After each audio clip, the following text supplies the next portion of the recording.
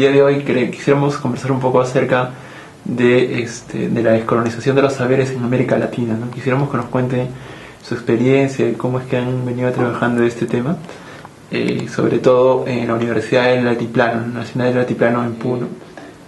¿Cómo entender la descolonización de los saberes, ¿no? ¿Qué significa? A ver, habría que partir de varios aspectos, ¿no? Un primer momento, tener en cuenta sobre qué base teórica es la que se construye el conocimiento de la cultura occidental, ¿no? Ahí vamos a tener que aterrizar toda la filosofía clásica, ir profundizando más y más, surge de un contexto determinado. Sin embargo, hay otra sabiduría, ¿no?, que está presente, que está por debajo de esta cultura occidental, que pues como por ejemplo esa gran sabiduría no solo aymara, sino yo diría de los pueblos de la periferia. Entonces es un segundo elemento que nos podría un poco a visibilizar, a darnos cuenta que hay otro tipo de sabiduría que no ha sido legitimada. Entonces se formó un bloque, ¿no?, de un conocimiento occidental lacrada, ¿no?, legitimada por las universidades, por la academia, no solo en el país, sino en América Latina. Sin embargo, estas universidades no acogen dentro de sus espacios académicos gente de la periferia como quechuas e aymaras. No hemos profundizado la reflexión profunda de esta sabiduría que está oculta ahí. Como diría Foucault, hay saberes dormidos, ¿no?, que están ocultas, pero que en un momento podrían despertar. A medida que va transcurriendo, la gente de la clase mestiza, yo diría, de la élite académica, se va dando cuenta, surge toda una corriente, digamos, del indigenismo que ha sido trabajada, debatida. Entonces, esta gente académica son los que han propuesto las políticas de desarrollo sobre la mesa, y a partir de eso se han trabajado, digamos, temáticas en todo el quehacer político en el país. Y sabemos nuestra historia, ¿no?, de que todo es lo que se han hecho. Entonces surgen instituciones académicas en las que se ocupa, ¿no?, de estudiar las culturas de la periferia, sobre todo el mundo quechua, el mundo aymara, el mundo amazónico. Entonces es un debate académico político sin la presencia de los actores, ¿no?, que están sepultados abajo. Y cuando nosotros constatamos desde nuestro uso de la razón, nos vamos preguntando ¿qué pasa acá? ¿Habrá solo un tipo de conocimientos? ¿Habrá solo un tipo de sabiduría construida en la cultura occidental, blindada en América Latina? ¿O habrá que redescubrir otro tipo de saberes que podría no confrontar con la cultura occidental, sino poner sobre la mesa de la academia y poder construir propuestas políticas de desarrollo del país? A veces se piensa que los aymaras, que los quechuas, somos pues o los revueltos, los amazónicos, o fastidia al sistema de Estado. No, sino que se va a ir visibilizando y queriendo accionar problemas irresueltos en la historia de América Latina. Por lo tanto, surgen muchos teóricos en Europa, en Estados Unidos, en el mismo caso peruano. Tenemos a José María Arguedas, ya había dicho a un momento, el país no es de una sola sangre. Mariate dijo que el Perú no es una nación, ¿no? Luis Valcárcel, o sea, tenemos infinidad de mestizos que han trabajado el tema indígena, sin embargo no se ha escuchado.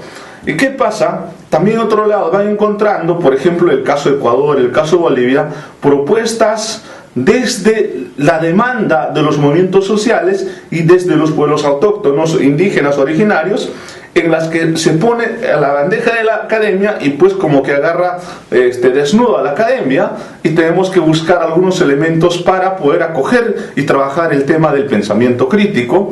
Pero sin embargo en Alemania, en España, en Francia, casi todo en Europa, el mismo Estado ya se había trabajado. Sin embargo en América Latina como que llega tarde. Entonces el tema es que nosotros, digo nosotros porque hay mucha gente cuando estos van entrando, por ejemplo, el pensamiento de Mariátegui, no hay que quedarnos en una lectura marxista, ¿no? Sino releer Mariátegui de un escenario como los aymaras y quechuas amazónicos, ¿no? Problemas irresueltos en el país. O leer Las Venas de Abiertas América en un contexto, en un escenario político distinto. O si no, leer las obras de Arguedas, esa frase de Todas las Sangres, no solo debería quedar o debe quedar en el discurso lírico de los académicos, de los antropólogos, de los sociólogos, que sobre esa base se piensa el país. Entonces, perdón, lo que se hace es que a medida que vamos reflexionando, sobre todo a partir de la década del 90 por la crisis política, en ningún momento la clase, digamos, política, entre comillas, aymara o de la periferia, han participado en la vida política partidaria del país, ¿no? Así como una organización representativa, un movimiento representativo, sino que han sido absorbidas, encasillados bajo las lógicas de un tipo de partido occidental. Así se ha manejado hasta ahora el país. Entonces, lo que hemos hecho nosotros, hemos tratado de reflexionar a partir de los sucesos de ILADE. Trabajamos una publicación en nuestra tesis doctoral y queremos plantear de que será posible trabajar, dialogar en el país sobre el tema de esa diversidad cultural, que mucho, por supuesto, no soy el descubridor, muchos lo han planteado, pero sí nos hemos dado cuenta que es posible trabajar o sentarnos en la mesa para debatir esta problemática que tenemos actualmente. Entonces hay que trabajar desde abajo, desde los gobiernos locales, desde las comunidades, desde los barrios, para elaborar propuestas, demandas que sean agendas colectivas, no individuales, de partidos, sino que contribuyan, que recojan demandas de esta población que no está incluida, que no está representada. ¿Cómo es que para los jóvenes, por ejemplo, puede ser importante reconocer que la cultura occidental también tiene una cierta crisis, ¿no? en el conocimiento que produce? O sea, ¿cómo es que para los jóvenes podría ser importante redescubrir los saberes de sus propias culturas? Gracias. Hay dos cosas elementales que como punto de partida establezco. Es cierto que hoy en día hay una crisis, digamos, de la modernidad, de la globalización, o todo este elemento, digamos, de la política institucional que ofrecen tanto las universidades como el mismo Estado, ¿no? A partir de diferentes políticas. Es como un síntoma, digamos, que establece de asimilación para que los jóvenes, digamos, formados en diferentes universidades, por lo menos piensen en la lógica modernista, desarrollista, diríamos, a partir de eso ser solamente servicial para el Estado o para las políticas en sí. Pero no hay una reflexión, pienso, en las mismas universidades o las universidades que hay en las provincias o que existe mismo en Lima, diríamos, ¿no? Es escasa, pero lo que ocurre es que estos jóvenes, digamos, que salen de estas universidades simplemente se convierten al final como servidores o validadores de este sistema de conocimiento occidental moderno, ya sean los sociólogos, antropólogos, los juristas, todos los profesionales que egresan. Este validador de conocimiento de las universidades, a partir de ese canon establecido como un filtro, digamos, que todo el mundo tiene que observar, todas las universidades, todos los académicos, entonces habría que hacer otra redefinición. Entonces eso se plantearía como una desconstrucción de este conocimiento occidental moderno. O la nueva epistemología de los pueblos indígenas, una nueva epistemología al menos que discuta los postulados, los aportes de los pueblos indígenas a nivel académico. Entonces esta discusión nos podría llevar a por lo menos enriquecer el debate. El debate en diferentes universidades, en los pueblos periféricos, y este debate necesariamente no está inserto, en mi opinión, en todas las universidades, y tampoco los jóvenes. Se sigue pensando que los jóvenes formados en estas universidades tienen que ir primero a la capital, si está haciendo la lógica, buscar el trabajo, si no hay, al extranjero. La tarea de los académicos, y nos compromete a todos, es las universidades tendrían que redefinir todas las especialidades, voltear sus ojos hacia el mundo andino, hacia los pueblos originarios, porque los pueblos originarios tienen un conocimiento, un tipo de saber que necesariamente se está emergiendo recién. Emerge recién, aparece en este escenario, diríamos, con estas cicatrices, con estas heridas, que hay un dolor olvidado, hay un dolor que se ha ocultado mucho. Entonces este dolor necesariamente tiene que emerger, pero no un dolor, digamos, de tipo folclore, no necesariamente, porque muchos de los estudiosos, algunos lo establecen que este dolor, que este pasado indígena es como un esencialismo, algunos lo catalogan como un esencialismo que hay que solamente respetarlo porque el pasado nos puede llevar a una suerte, digamos, de que en el presente de confrontación, de conflicto. Yo pienso que no, sino que necesariamente este dolor tiene que ser reinterpretado, si se quiere decir que puede aportar a nuevas epistemologías más allá del marco de la interculturalidad.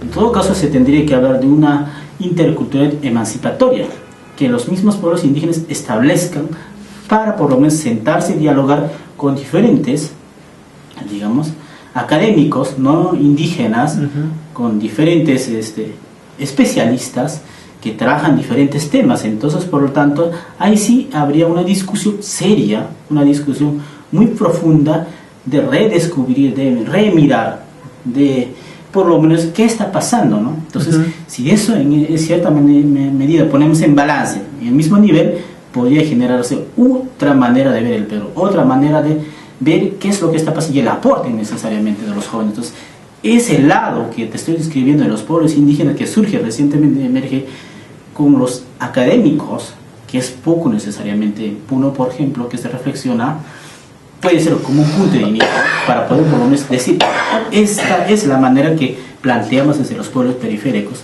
Pero la gran diferencia es que ahora, en caso Puno o Cusco, me imagino en otras provincias, en otras universidades, el tema es que los jóvenes tendrían que escribir su propia historia, pero no una historia en términos, digamos, de revanchismo, sino una historia combinando lo que han aprendido en la universidad, pero a la vez cuestionando también los sistemas de los saberes occidentales, pero reelaborando sus propios postulados, digamos, del mundo andino. Entonces, eso sí sería un avance importante que por lo menos produzcan conocimiento. Pienso los abogados, los científicos sociales, los economistas carecen, no tienen, diríamos, o quizás es poco los que tienen este tipo de conocimiento del mundo de los pueblos indígenas. Si es que las tuvieran, o si es que existieran, podría ser muy importante el debate y podría aportar mucho, tanto en debates académicos, en políticas públicas para el Estado, ¿no? Eso es lo que falta. Quizá para poder situar el tema de la racionalidad occidental al que se refiere, ¿en qué consiste esta crisis de la racionalidad? ¿Y por qué es que debemos tomar, por ejemplo, cómo se podría empezar a tomar en cuenta estos saberes, ¿no? A ver, yo creo que hay dos cosas ahí. Cuando hablamos de la racionalidad occidental, es valorable, ha aportado mucho la cultura occidental al tema del conocimiento universal, todo lo demás, ¿no? Eso es innegable. Lo que pasa es que dentro de la diversidad de características culturales, lingüísticas, que es nuestro país, pues ha aportado, pero no ha aportado solo, o ha aportado solo a la clase de la cultura occidental, ¿no? O sea, se ha penetrado ahí, pero sin embargo, para los pueblos como amazónicos, andinos, no, en vez de ayudar, no es que, digamos, ha confrontado y ha generado otro tipo de discurso, otro tipo de conocimiento, otro tipo de sabiduría, que como que llegó a una situación de confrontación. Entonces es como que ha chocado dos polos distintos ahí, ¿no? O sea, en este caso es como en el caso de la conquista, o sea, ¿qué cosa sería lo occidental? O sea, ¿cómo lo podría definir en el país? ¿Cuál es la representación de lo occidental? A ver, por ejemplo, la Iglesia Católica, ¿no? Ya. Si uno revisa las estadísticas, o sea, está bien el catolicismo, o sea, es innegable, pero sin embargo vino pues como, o sea, la espada, ¿no? La Biblia, ¿no? Entonces el rezo, todo lo demás, o sea, traído elementos culturales que han apagado la sabiduría de nuestros pueblos. Entonces ahí, como que manda al trasfondo, ¿no? Entonces, por ejemplo, el invento de la Pacha, Capacha, Manjapacha es una cuestión de la Santísima Trinidad. Muchos antropólogos hemos creído en esto. Entonces, o sea, no se trata de rechazar eso, sino que cómo poder hacer una especie de congruencia, de respeto, ¿no? De respeto entre ambas culturas y recrear un nuevo tipo de conocimiento. Entonces, cuando hablamos de estas sabidurías, estamos hablando de lo que el mundo está buscando ahora, el tema de la relación, de la interconexión, de la convivencia con la Pachamama, con los cerros, con nuestra naturaleza.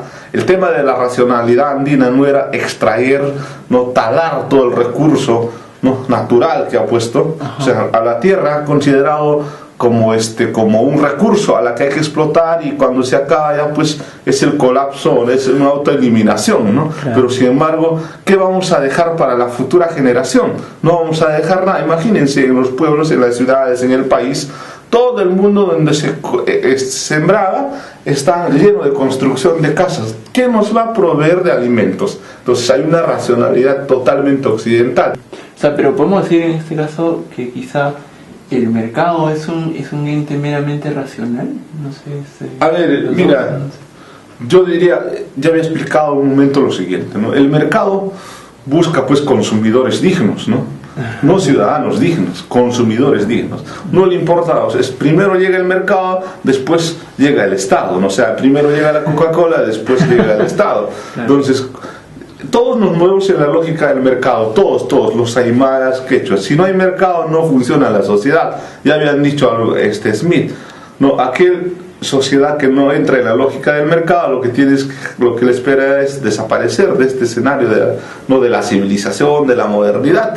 Entonces el mercado se está imponiendo ahora, por eso es que tenemos problemas, ¿no? Pues necesitamos no es que no necesitamos el mercado, pero el mercado que tenga estos aspectos éticos que pueda ayudar a conservar, a recrear, ¿no?, el tema de la convivencia con nuestra Pachamama, ¿no? Si digamos se rompe esto, vamos a ir reduciendo cada vez y más el tema de la existencia de la vida misma en el planeta.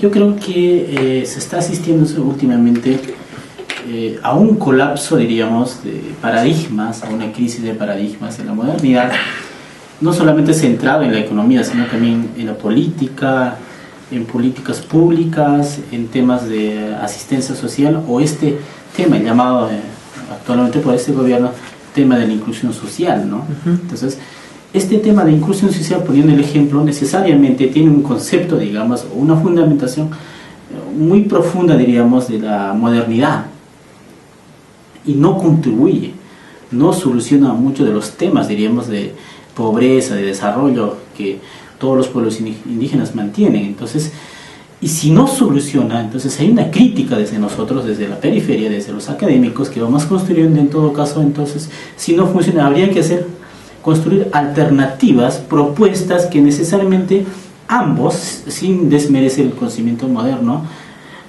tomando también y nosotros elevar nuestro conocimiento a nivel epistemológico, que podrían por lo menos caminar en términos, digamos, de solución de propuestas para las políticas de Estado, ¿no? En términos de desarrollo, en términos de economía, incluso en términos jurídicos.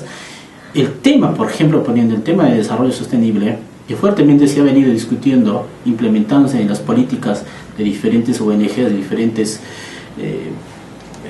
pueblos pequeños, digamos, a partir de presupuestos participa, simplemente establecen tres cosas: nivel social, nivel económico y nivel medioambiental. Las tres cosas tienen que estar iguales, en balance, ¿no?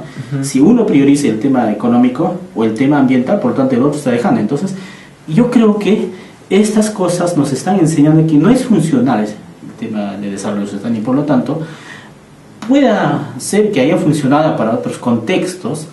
Entonces, los pueblos indígenas, particularmente a partir de los movimientos indígenas, a partir de los movimientos sociales, se está planteándose, se está gestándose lo que algunos lo llaman como el buen vivir, el suma cacao, que he hecho el suma jacaña o suma camaña en aymara. Por lo tanto, esta es una concepción más integral, más completa, que se refiere a la vida misma, ¿no?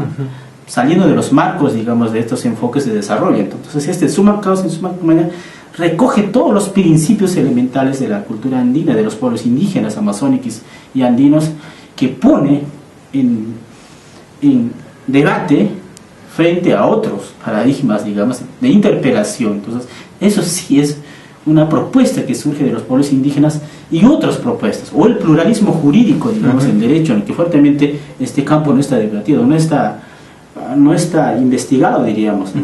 Con ello no estamos diciendo que queremos confrontar, ¿no? Estamos diciendo que hay que deslegitimizar todo lo que es el conocimiento construido moderno, ¿no? Recogerlas, pero a la vez este conocimiento andino de los pueblos indígenas, elevarlos en un esquema, digamos, de epistemología. Es lo que se necesita actualmente. Una pregunta en el caso de... Había escuchado de Boaventura de Sousa Santos, que decía que, por ejemplo, que ante fenómenos como en el caso de Bolivia y Ecuador, ¿no? Que se empieza a gestar un nuevo Estado, es muy difícil que las ciencias sociales puedan entrar a analizar este proceso novedoso, ¿no? Porque los métodos que utilizan las ciencias sociales y la comunicación son métodos que casi castran el proceso social, ¿no? O sea, limitan el hecho de poder entender aquello que no es algo clásico, que no aparece como un patrón de las ciencias, de la academia, ¿no? ¿Cómo entender, por ejemplo, el proceso que está viviendo actualmente el país, ¿no? O sea, ¿cuáles serían los marcos metodológicos con los cuales nosotros podríamos entrar a trabajar, a analizar lo que usted nos menciona, ¿no? Entender el país desde otra perspectiva? Para un estudiante común debe ser difícil entrar desde toda esta propuesta que ustedes nos plantean, y ahí, ¿cómo hago para investigarlo? O sea, ¿qué herramientas utilizo? ¿Qué metodologías hay? O sea, ¿quiénes son los que desarrollan? O sea, parece un esquema muy grande que no tiene un asidero práctico, metodológico, ¿no? ¿Cómo empezar a hacer investigación de este tipo? A ver, yo creo que habría que volver a releer a Kant, ¿no? La crítica a la razón pura, ¿no? O si no, releer a Schopenhauer, ¿no? Cuando habla del buen vivir, mismo Aristóteles, ¿no? Ya la cultura occidental ya nos han dado elementos, es otra cosa que la academia no ha asumido como tal. Por eso decía al inicio, peruanos, grandes científicos como algunos no quedarán ver. Yo estuve en San Marcos y dije, hoy un sanmarquino debía leer a Quijano, ¿no? Son propuestas teóricas en las que va cogiendo el mundo de las ciencias sociales. En algún momento hay una rectificación, ¿no? Obviamente, ¿no?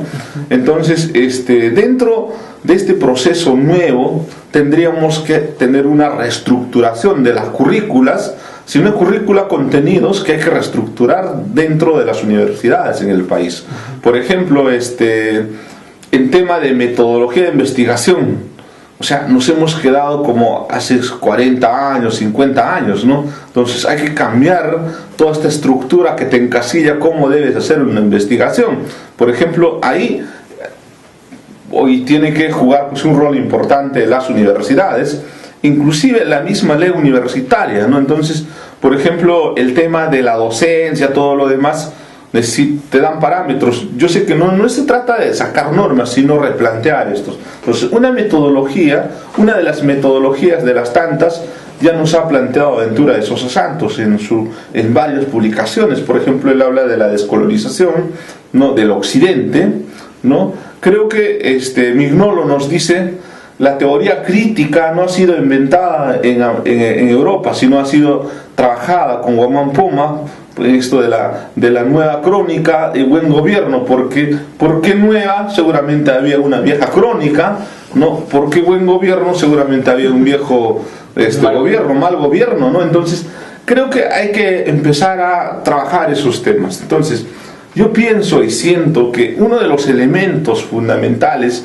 dentro de la estructura curricular es el tema de la axiología, de la antropología, ¿no? Que hay que trabajarlo en las academias. Entonces, ahí, por ejemplo, a veces me choco con algunos estudiantes, dice: yo soy de sistemas, no nada que ver con el tema social, pero este estudiante va a trabajar en un escenario netamente social, si se quiere conflictiva.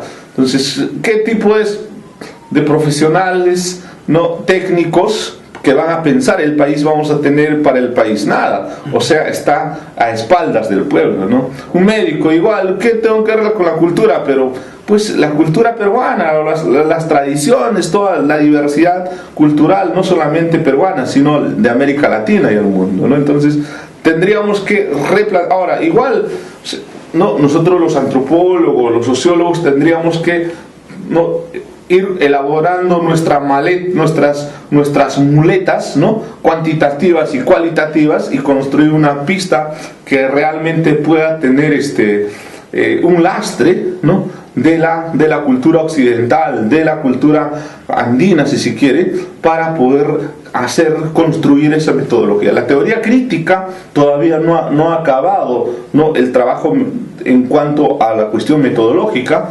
Sin embargo, creo que hay ingredientes de los pueblos indígenas originarios que están aportando a construir esta metodología. Por ejemplo, hay buenos trabajos, yo estoy viendo en la UNAPUNO, ¿no?, sobre todo en la Universidad Nacional del Altiplano. Estamos tratando ya no trabajar tesis descriptivas, etnográficas, sino reflexiones desde la perspectiva de la periferia, que podrían aportar a pensar de otra forma la antropología en Puno, a pensar de otra forma las ciencias sociales misma, ¿no? Entonces, o sea, nos toca sacudir nuestro cerebro y nuestras bibliotecas que no hemos revisado. Y inclusive podemos trabajar sin salir a Europa, sino sin salir fuera de otros escenarios. Hay autores locales que están ocultos, inclusive los saberes, ¿no?, estos yatires, maestros amautas que están en las comunidades, podrían aportar para construir estas metodologías. Por ejemplo, una fecha que discutíamos con Chiroque, decía: ¿cuál es la estructura de la metodología de investigación en el mundo andino? Entonces, en el contexto andino es más revisiones constantes, ¿no?, que aporta a la vida cotidiana, ¿no?, del quehacer. O sea, no solo es teoría, es descripción, sino está emparejado con el tema de la práctica, ¿no? Entonces, ¿y la observación participativa? Claro, no solamente observación. Yo diría, hay una observación, después de la observación hay una convivencia cotidiana. En la convivencia vas elaborando propuestas, hipótesis, postulados, ¿no? Después pasas a una cuestión de la acción, ¿no?, de la acción, y de esa acción hay una situación de formación de iniciativas, ¿no?, sobresalientes, diríamos. No es el que sabe más, sino cuál es la que socializa más, cuál es la que tiene estos elementos éticos, morales para el contexto, ¿no? Pues eso no pasa. O sea, las tesis en las universidades solo son para llenar, ¿no?, los pupitres, ¿no?, pero dentro del contexto andino son para llenar la sabiduría. Pues ahora tenemos miles de tesis que están encerrados en las bibliotecas de las universidades, pero sin embargo todas las tesis que han servido de la vida cotidiana en el contexto andino son las prácticas cotidianas, son los que están resistiendo, están aportando. Entonces, ¿cómo recoger eso? O sea, hay una cuestión de confrontación. Chiroque ha empezado aquí desde Lima, creo que trabaja en el Computa.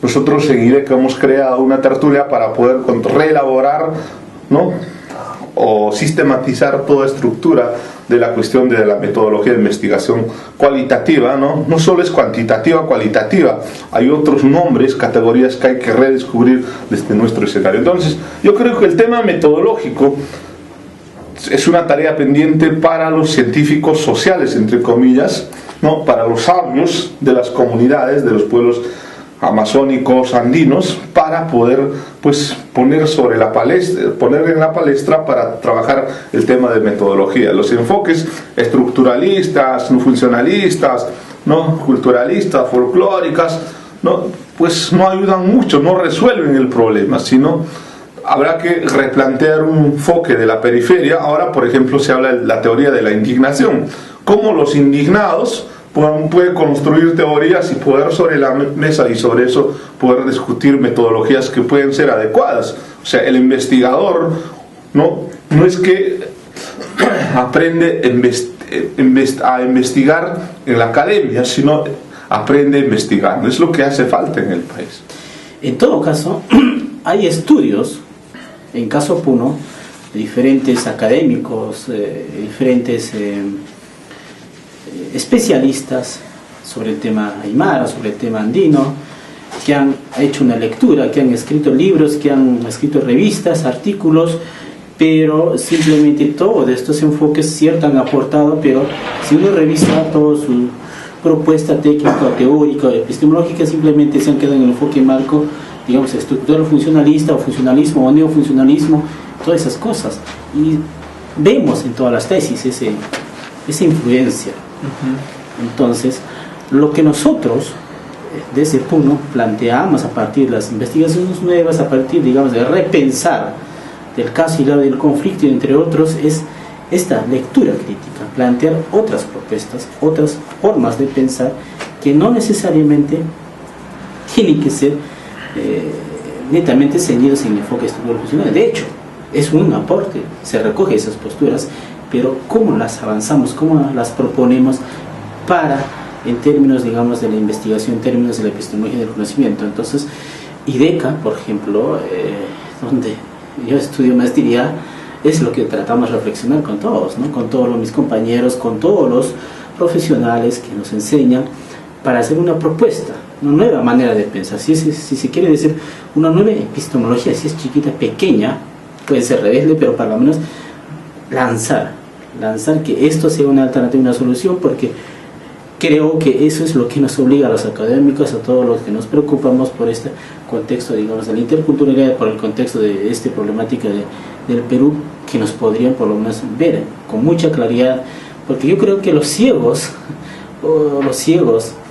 yo diría, son los académicos, por lo menos, que no se ponen una lupa para poder ver qué es lo que está pasando en cada contexto. Pero esta lupa más o menos tiene ya un nombre, diríamos, una ciencia, una teoría, pero para nosotros no. Para nosotros la teoría tendría que partir de la misma realidad, porque el mundo andino generalmente es otra realidad. El mundo andino, todas las personas, todos los componentes, es un ser vivo, y por lo tanto entonces obliga a nosotros a ver de otra manera. Entonces esta manera de ver es nuestra lupa, es mi lupa de los pueblos indígenas, es una lupa inserta, es una lupa, digamos, que los académicos indígenas tienen empleamos para ver desde otro lado, como pueblos indígenas, hacia estas políticas del Estado, hacia estas políticas del conocimiento, porque el conocimiento generalmente, de hecho, es universal, pero por lo menos ha entrado en colapso, en algunos casos no funciona. Entonces, esta lupa mía me permite eso, interpelarlos, poner en debate, que esa manera que mi lupa que yo tengo sea un aporte, sea un debate emancipatorio, no tanto confrontación. Necesariamente eso es la tarea que tendría que hacerse actualmente. El tema del pensamiento complejo, que es una forma de, es como una especie de método de epistemología que te permite interpretar sin la necesidad de basar en un centro hegemónico, ¿no? Que en este caso sería el eurocentrismo. Claro. ¿Ustedes qué opinan acerca del pensamiento complejo? O sea, creo que todavía no hay mucho desarrollo de este pensamiento en el país, pero ¿cómo aportaría en la descolonización de los saberes, en la creación de un saber desde los pueblos originarios? Muy poco se ha trabajado el tema de la teoría de la complejidad en las universidades. Yo me acuerdo, casi no había leído a Morin, ¿no? Lo leí en el doctorado. Creo que ayudaría bastante, no para trabajar como receta, sino tiene que ser releída desde la problemática que afronta el país. Y yo no diría crear otros saberes, sino recrear los saberes que siempre han existido. Por ejemplo, si dice Foucault saberes dormidos, yo diría saberes aplastados, ¿no? Entonces, saberes aplastados en las que se van a construir para confrontar con la sabiduría occidental, sino hay que recrear esos saberes en nuevos tiempos, en nuevos escenarios, ¿no? Que demandan, pues, ¿no? Y creo que se convierten como alternativas y esperanzas en este escenario de la complejidad. No creo que haya sido tan loco Bourdieu cuando diga los problemas complejos, ¿no? Necesitan respuestas complejas, y las alternativas las tienen los pueblos de la periferia. Entonces, si no, escuchemos, ¿no? El mismo Alan dijo, hay que repensar el Estado. Seguramente en su tránsito de su vida profesional, ¿no? Haya leído a Morin, pero a veces también no vale, o sea, se paltean como se ha palteado cuando estuvo de presidente, ¿no? Entonces yo creo que hay que ver cosas que todavía no se han visto. El asunto, yo creo que no se trata de confrontar. Yo apelo a debatir estos temas en las academias, ¿no? A mí me da a veces un poco de lástima, ¿no?, que teniendo intelectuales que han puesto sobre la mesa estos temas, se lean en Europa, por ejemplo, a Quijano es, o a mismo Mariátegui. Tuve la suerte de estudiar en el aula de Derechos Humanos de José Carlos Mariátegui, ¿no? Yo creo que el tema de Arguedas, ¿no? Son autores nacionales, intelectuales nacionales, mestizos inclusive, que han puesto en tela de juicio la problemática y han pronosticado la difícil situación que vive el país. Entonces, el asunto es que no hemos tomado en cuenta. Es como decir, mire, viene la corriente, cuidado. Y cuando recién nos agarra un poco a algunos desnudo, ¿no?, y estamos tratando de tapar nuestra parte íntima en la academia sobre todo, y creo que ahí yo me incluyo, y alguna gente tendrá que salir de muchas universidades, o si no tienen propuestas contundentes, ¿no?, éticas, con el tema del conocimiento, que incluya no solo el tema occidental, el tema de la diversidad de saberes, si se quiere, si no es andina, sino del mundo, que va a ser en el futuro una alternativa para poder, digamos, recrear, subsistir en esta crisis tan difícil.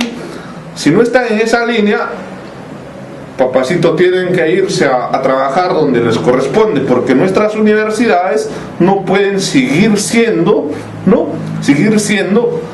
gente que forme mediocres. No queremos eso.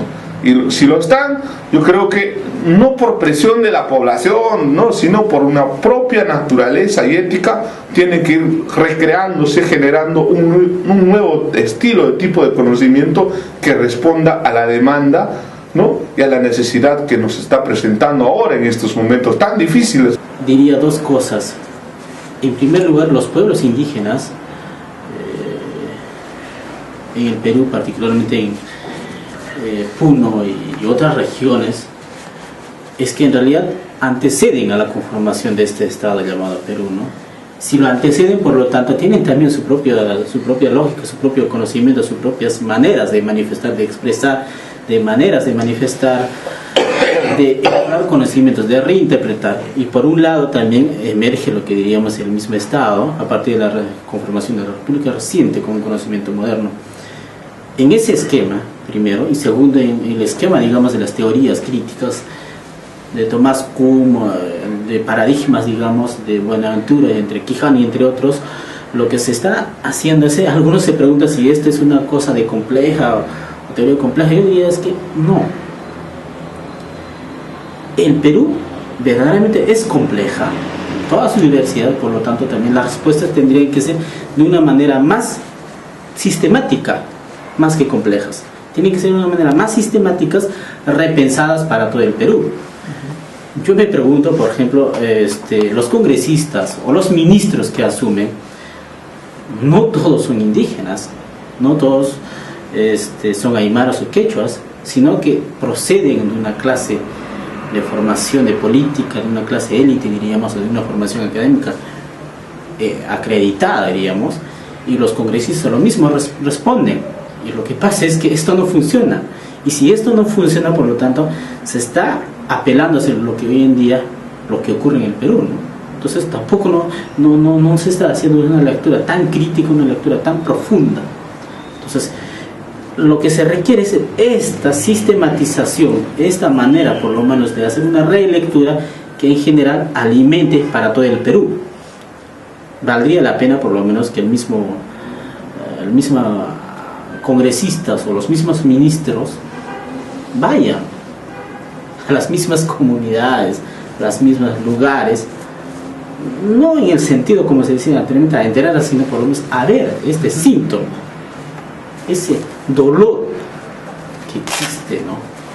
Y sigue siendo ocultado este dolor, y por lo tanto este dolor necesariamente tiene que por lo menos ser reinterpretado, reelaborado de una manera de sistematización para que aporte a las políticas del Estado, a las políticas de gestión, a las políticas, digamos, de que funcione el Estado de una manera, digamos, de armónico, si se quiere decir, de buen vivir nosotros, lo que decimos en la cultura aymara. Entonces, en ese sentido, necesariamente, las teorías críticas sí nos dan luces, sí nos dan aportes, sí nos dan algunas pinceladas para ver ese lado oscuro, ese lado oculto, ese dolor oculto que los pueblos indígenas, que hemos sido objetos de estudios, primero por los académicos, por los españoles anteriormente, y por las ciencias sociales en general, y por el mismo derecho. Entonces, este dolor oculto, diríamos, ahora emerge con sus mismas organizaciones sociales, con las mismas políticas, con los mismos intelectuales indígenas que ponen en tela de juicio. Eso es lo novedoso. Y lo novedoso, por lo tanto, cosa que no está siendo tomada por las políticas del Estado. Entonces, eso es lo novedoso. Y la novedad no solamente se da cualquiera puede pensar se da en Perú, sino que también hay otras experiencias. América Latina, fuertemente en Bolivia, en Ecuador, que fuertemente interpelan estos modelos. Eso es, en mi opinión, creo que se está gestándose como un granito de aporte para este tipo de diversidad de conocimientos que en el Perú existe, por ejemplo, el tema de política, el tema de gestión, el tema de economía, el tema de conocimientos y saberes, conocimientos, o la desconocimiento, o el cuestionamiento del eurocéntrico. Entonces, eso es lo novedoso en términos, digamos, de teoría crítica que emerge, más allá, digamos, de lo que se podría pensar de la teoría de las complejidades. Nosotros siempre escuchamos que hay cursos para trabajar manejo de conflictos, ¿no? Por ejemplo, muchos comunicadores están en las oficinas de relaciones comunitarias, ¿no? Y tratan de manejar conflictos. Pero ustedes, pues, que han vivido en Puno, y supongo que también en la época en la que hubo el aymarazo, ¿no? O sea, estuvo fuerte el tema del conflicto entre el Estado y los aymaras. O sea, ¿cómo es que se da realmente un conflicto? O sea, comunicativamente, ¿cómo es el juego de los actores, ¿no? O sea, ¿el Estado realmente entra en el diálogo? Las poblaciones indígenas, por el hecho de considerarse especiales, por decirlo así, ¿no? Una hipótesis, por ser indígenas, están reclamando demasiado, están yendo en contra del desarrollo nacional, que es como muchas veces las han catalogado. ¿Cómo ustedes han visto esa lectura de ese conflicto? Para tener en cuenta esta situación de gestión de conflictos, entre comillas, tendremos que tener una lectura. ¿Qué pasó en ese pueblo? ¿Qué está pasando? ¿Por qué? La gente no es que, oye, mira, mañana nos movilizamos. O sea, no es loca la gente. Hay problemas que no se han resuelto. Se están atentando derechos colectivos, se están atentando dignidades colectivas. Por lo tanto, la reacción tendrá que ser no individual, colectiva, a las que el Estado, los operadores del Estado, van a tener que individualizar y penalizar, criminalizar, encarcelar a los líderes que han demandado un respeto de la cuestión colectiva. Entonces, esta situación no es que estamos tratando de tapar, tiene que asumir sus responsabilidades. El asunto es que no tenemos sistemas judiciales, operadores del Estado legitimados por la sociedad peruana, ¿no? Entonces, ¿qué pasa en Puno? El tema del aymarazo es una irresponsabilidad no solamente del Estado, sino de los gobiernos locales y de los gobiernos del gobierno regional. No ha tenido una lectura del escenario provincial, distrital y regional, y esto fácilmente se proponía, se debatía en una situación nacional, ¿no? Se dialogaba y podemos plantear algunas propuestas que podría, digamos, gestionarse con los representantes, ¿no? Legitimados desde las organizaciones, sean quechuas y aymaras. Entonces, la actuación, la acción, la mirada es a partir de un hecho delictivo. Por ejemplo, cuando presta atención la clase política nacional al tema del aymarazo, cuando suceden hechos lamentables, recién dice, ¿qué pasa acá? Hay que ir a dialogar. No, en Espinar igual ahora, tiene que detener al alcalde, tiene que haber muerto, recién vamos a dialogar. ¿Por qué? No tiene que pasar eso en el país.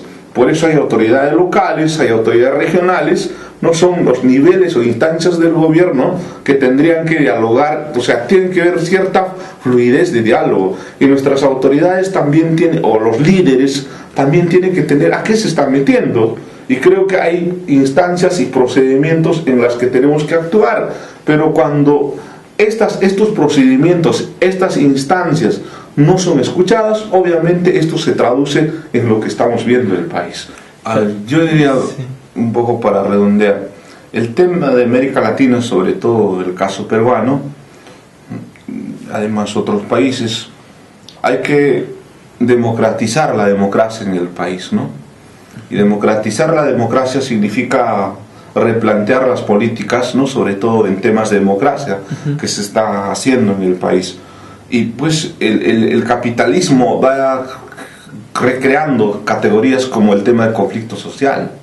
Muchos conflictos sociales, entre comillas, son pues temas de violación de los derechos humanos, ¿no? O sea, bajo eso dice, acá hay conflicto social en tal. No es un tema de conflicto, es una cuestión de demanda de la situación que afronta una dignidad colectiva. Por lo tanto, la reacción es más colectiva frente a la defensa de los recursos. Entonces, creo que si Europa está hablando en descolonizar Europa, entonces, ¿por qué en el país, en América Latina, no podemos hablar de una descolonización? Entonces, yo creo que el tema es cómo desmitificar esto de la democracia, de la política. O sea, nos han creado ciertos estereotipos como el cuco, ¿no? Dice, a ver, las mamás dicen, no tienes que llorar porque si no el cuco va a venir, ¿no? Entonces, no existe el cuco, es una construcción social. Entonces, yo creo que el elemento fundamental ahí, un poco para generar una especie de diálogo, de propuesta, de reelaborar estas propuestas, tendría que partir de democratizar la democracia en el país. Ahora que estamos en un momento tan difícil, el caso Cajamarca, el caso Espinar, o sea, hay una tensión fuerte en el país. Entonces, ahí los pueblos no van a dialogar, no detendrán a Santos, ya se detuvo al alcalde de Espinar, detendrán a otros más, no podrán detener a todos los movimientos, ¿no? indígenas de los pueblos que están protestando. Tendrían que dejar de hacer las cosas que se está haciendo. Habría que leer los problemas irresueltos en el país, como planteado por Mariátegui. Entonces, por ejemplo, o si no, que se lea el informe de la Comisión de la Verdad.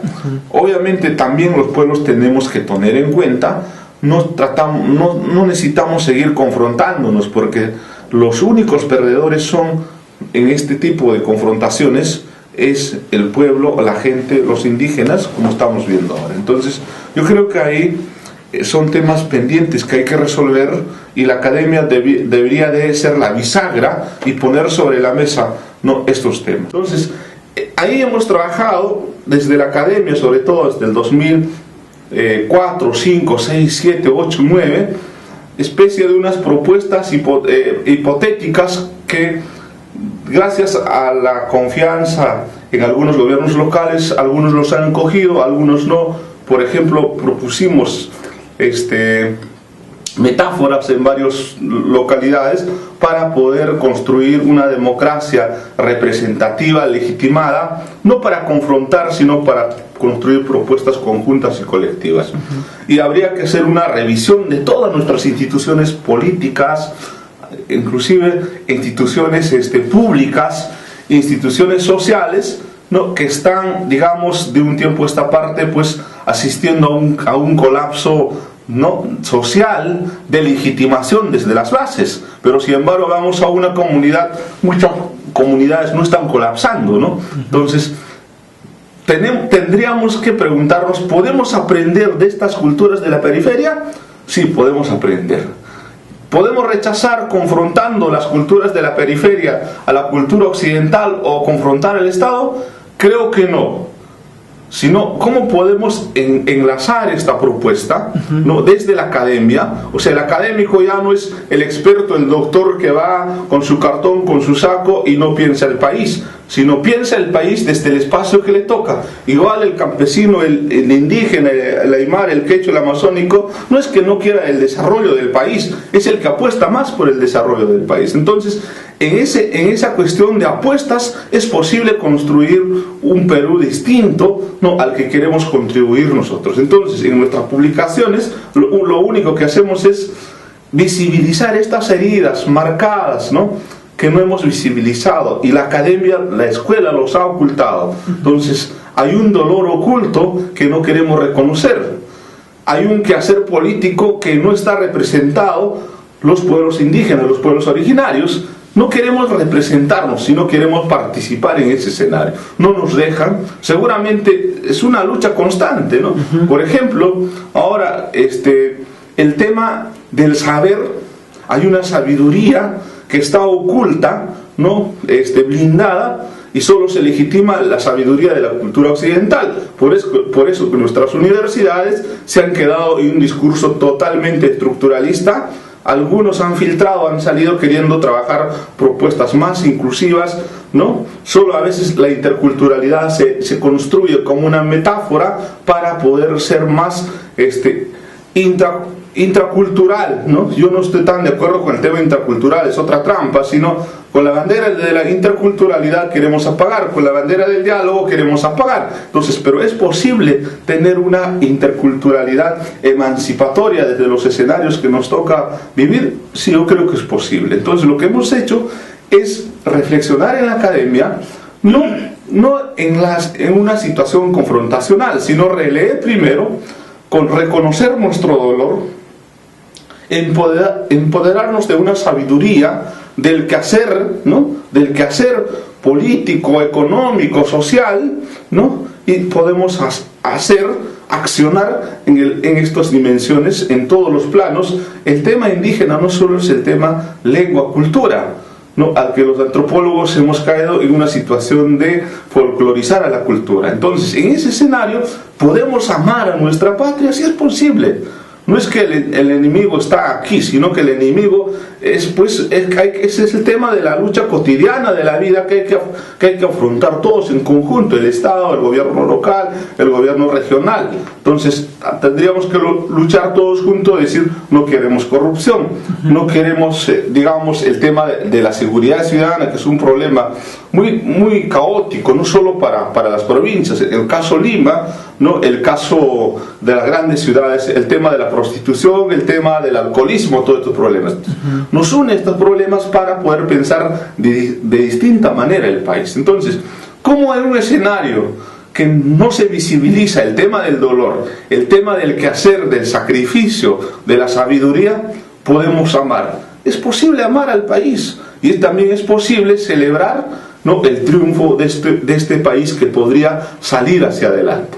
Hay mucha gente en las provincias o de la periferia que trabaja más, que sufre más y piensa más para construir un país distinto de otra forma. Sin embargo, a veces desde las élites políticas como de la administración pública, que es el punto grueso, no se ha burocratizado mucho, pero es posible cambiar desde estos pequeños espacios. Entonces, el tema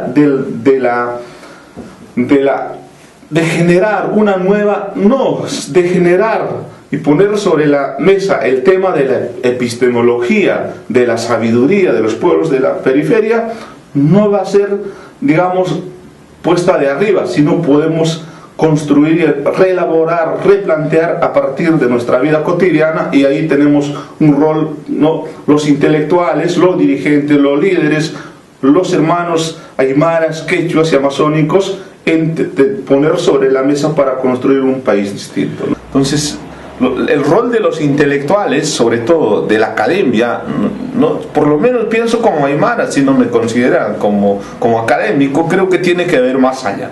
Y ir más allá significa cómo proponer desde la disciplina, desde nuestra formación, problemas irresueltas en el país, en comunicación. O sea, no puede ser que los medios de comunicación sigan contribuyendo a la desinformación de lo que pasa en el país. O sea, es una cuestión ética, y para las culturas de la periferia como aymara eso es inadmisible, ¿no? Entonces ahí generas una confrontación terrible por la mala información, y la comunidad está, el país está totalmente en una desinformación. Te dice un Ollanta, no vamos a cambiar la constitución, pero de un tiempo a esta parte balea a la población. Entonces es una desinformación. Ha creído ese mensaje, en esa fotografía de qué es lo que va a hacer. Entonces va generando desconfianza. O te dice, mira, todos esos que se están levantando pertenecen a una clase, un partido. ¿Qué pasa ahí? O sea, no podemos seguir en eso. Entonces tampoco podemos decir sí, hay que confrontar o hay que hacer tal, no, sino que son tareas concretas que nos toca hacer. El campesino, el indígena va a hacer su chacra con cariño, con convicción. Nosotros los intelectuales no tenemos que decir como el campesino, o sea, es como ir a sembrar sabiendo que ese producto no nos va a dar nada, o vamos a perder la cosecha. Es lo que estamos haciendo, ¿no es cierto? O si no, a ver un transnacional, ellos cuando dan esta cuestión de la inversión social, ¿no?, de la promoción social, ellos no dicen que está regalando, es una inversión. Primero tendemos la trampa, después nos siguen. Entonces detrás de eso tienen que decir, mire, te damos alguna cosita para que después nos puedas aceptar. Entonces hay muchas trampas tendidas, sobre todo en el país. Tenemos que ser sinceros, eso es lo que a veces no era. Por ejemplo, no creo que todos no quieran la minería en Espinar. No creo que todo el mundo no quiera la minería en Cajamarca. No creo. Pero hay formas de dialogar, de conversar. Mira, a esta situación sí podemos resolverla. Pero si vas con trampas, si vas con tal, entonces el asunto es que ese componente ético que se lastra, que está enraizado dentro de los principios culturales éticos de nuestras culturas originarias, cuando es confrontada, trastocada, sí, pues vas a tener y va a defender, ¿no?, como se debe defender, como han defendido por más de 500 años. Entonces el tema no es eso, sino que cómo hacer un diálogo, ¿no?, de sinceros, ¿no?, sin trampas, sin tapujos, ¿no?, para poder trabajar por el desarrollo del país, lo que no se está haciendo hasta ahora. Miren, el tema de la consulta previa, 30.000 normas en el país. Recién los pueblos indígenas están siendo llamados para solo ser intérpretes de una sola norma, que es la ley de la consulta previa. Entonces, en 30.000 normas no ha sido partícipe el quechuas aymaras amazónicos. Entonces, solo ahora van a servir como cuestiones, digamos, solo de intérprete. Entonces, ¿por qué tanto temor? Ahora dice la democracia, sí, cada departamento tiene representante. Preguntemos, si no, a los congresistas, ¿cómo han llegado? ¿No? ¿Cómo es que han llegado? ¿Y en qué, digamos, problemas están comprometidos ahora? No tienen legitimidad. Entonces, estos problemas son los que, me parece, se tendría que trabajar en el futuro para que representantes de pueblos diversos como de la Amazonía o de los Andes tendremos que debatir nuestros problemas y poner sobre la mesa para pensar el país como debe de ser. Yo pienso que el tema del rol, no solamente del antropólogo, sino del rol del intelectual latinoamericano, tiene que ser eso. Y eso no es delito, sino es una cuestión de aportar al desarrollo del país, que es la razón de ser, ¿no?, de existencia de la academia, que nos está haciendo. O sea, hemos dejado que corran nomás las aguas. Y cuando nos dicen, mira, ese es tu río que está contaminado, o ese problema es el problema de inseguridad en Lima, en cualquier sitio, pero hemos estado viviendo cotidianamente, nosotros hemos generado por no decir nada. O sea, hay una negligencia de la clase intelectual en el país, o si no, de la clase política, ¿no?, que no ha tomado en cuenta. No solo ahora dicen, ¿no?, por ejemplo, el tema de basura. Dice, mira, el señor alcalde no ha barrido en el barrio. ¿Pero quién ensucia en el barrio? Son los mismos pobladores. Entonces, yo creo que esos temas tendríamos que ir trabajando, no solo los intelectuales, sino pues los que vivimos en América Latina, ¿no?